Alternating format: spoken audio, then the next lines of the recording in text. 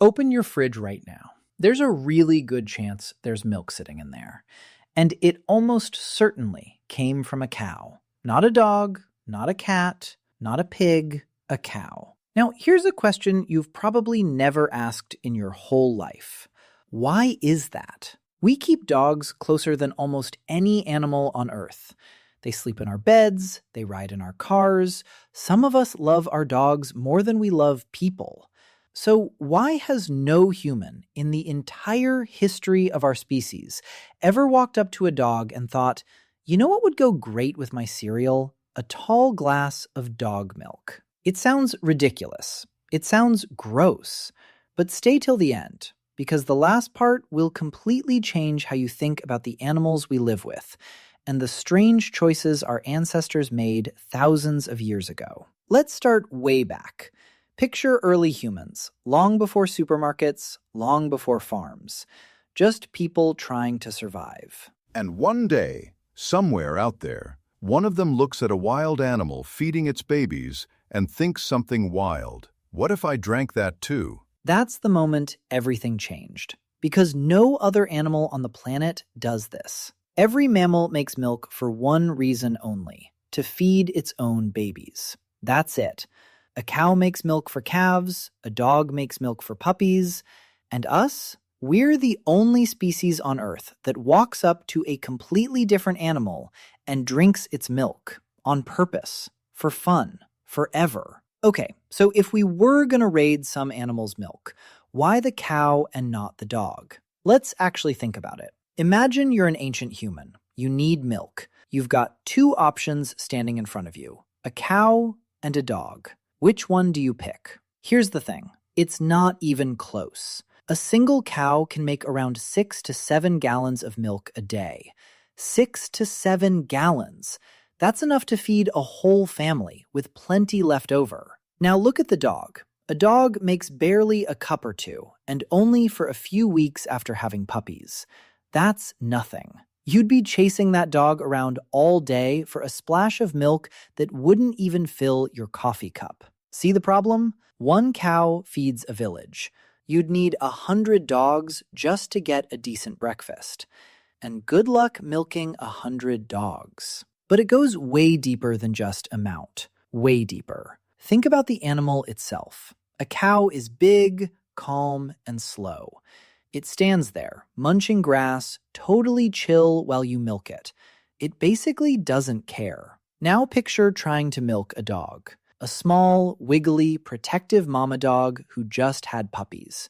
She's fast, she's nervous, and she will absolutely bite you. Ancient humans figured this out real quick. Cows sit still, dogs do not. And here's another layer most people never think about. What the animal eats. A cow eats grass. Grass. Stuff we can't even digest ourselves.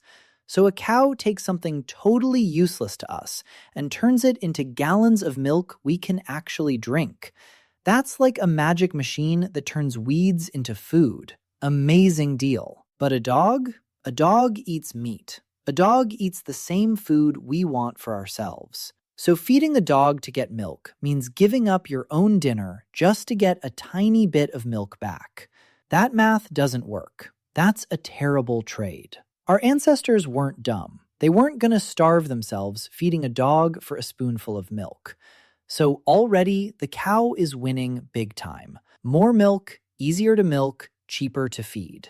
But we're just getting started because there's a body part that changes everything. Think about how you'd actually milk an animal. You need something to grab, something you can squeeze, pull, and collect milk from easily. A cow has a big, obvious udder hanging right there. 4 big teats. Easy to grab, easy to milk.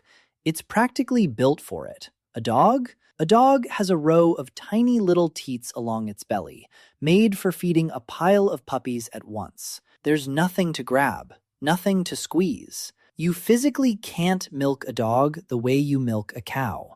The body just isn't shaped for it. Nature basically said, nope. And now here comes the part almost nobody knows, the part about your own body. Right now, most adults on Earth can't even drink milk properly. It's true. Roughly 2 out of 3 adults worldwide are lactose intolerant. That means milk actually upsets their stomach. So, how do the rest of us drink it just fine? A genetic change, a tiny mutation. Thousands of years ago, after humans started keeping cows, some people's bodies slowly adapted to handle cow milk into adulthood. Their guts basically learned to drink it. And that ability got passed down generation after generation. But here's the wild thing. That adaptation happened for cow milk, not dog milk. Our bodies spent thousands of years getting comfortable with milk from cows, goats, sheep, animals we actually herded. Nobody ever herded dogs for milk, so our bodies never adapted to it at all. Even if you tried dog milk, your body would have absolutely no idea what to do with it. And there's one more piece, the relationship itself. Here's the strange twist. We did tame dogs. In fact, dogs were one of the very first animals humans ever befriended, way before cows. But we didn't tame them for milk or for meat.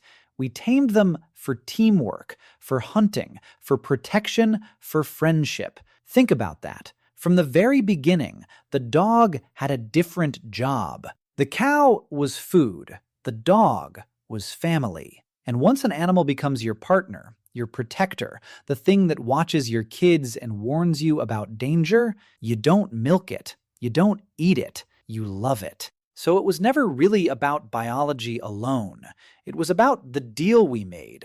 The cow gave us milk and meat. The dog gave us loyalty. Two totally different roles decided thousands of years ago, and we're still living by those exact rules today. That's why the whole idea of dog milk feels so wrong to you. It's not just weird. It goes against thousands of years of history buried deep in your brain. So let's put it all together. Why do we drink cow milk but not dog milk? Because a cow makes gallons, a dog makes drops. Because a cow stands still, a dog runs and bites. Because a cow eats free grass, a dog eats our meat. Because a cow's body is built to be milked, and a dog's simply isn't. And because our own bodies adapted to cow milk over thousands of years, while dog milk stayed a total stranger. And on top of all that, the dog was never food. The dog was our friend.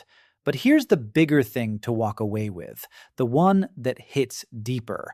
We like to think our everyday choices are just normal, obvious, the way things have always been.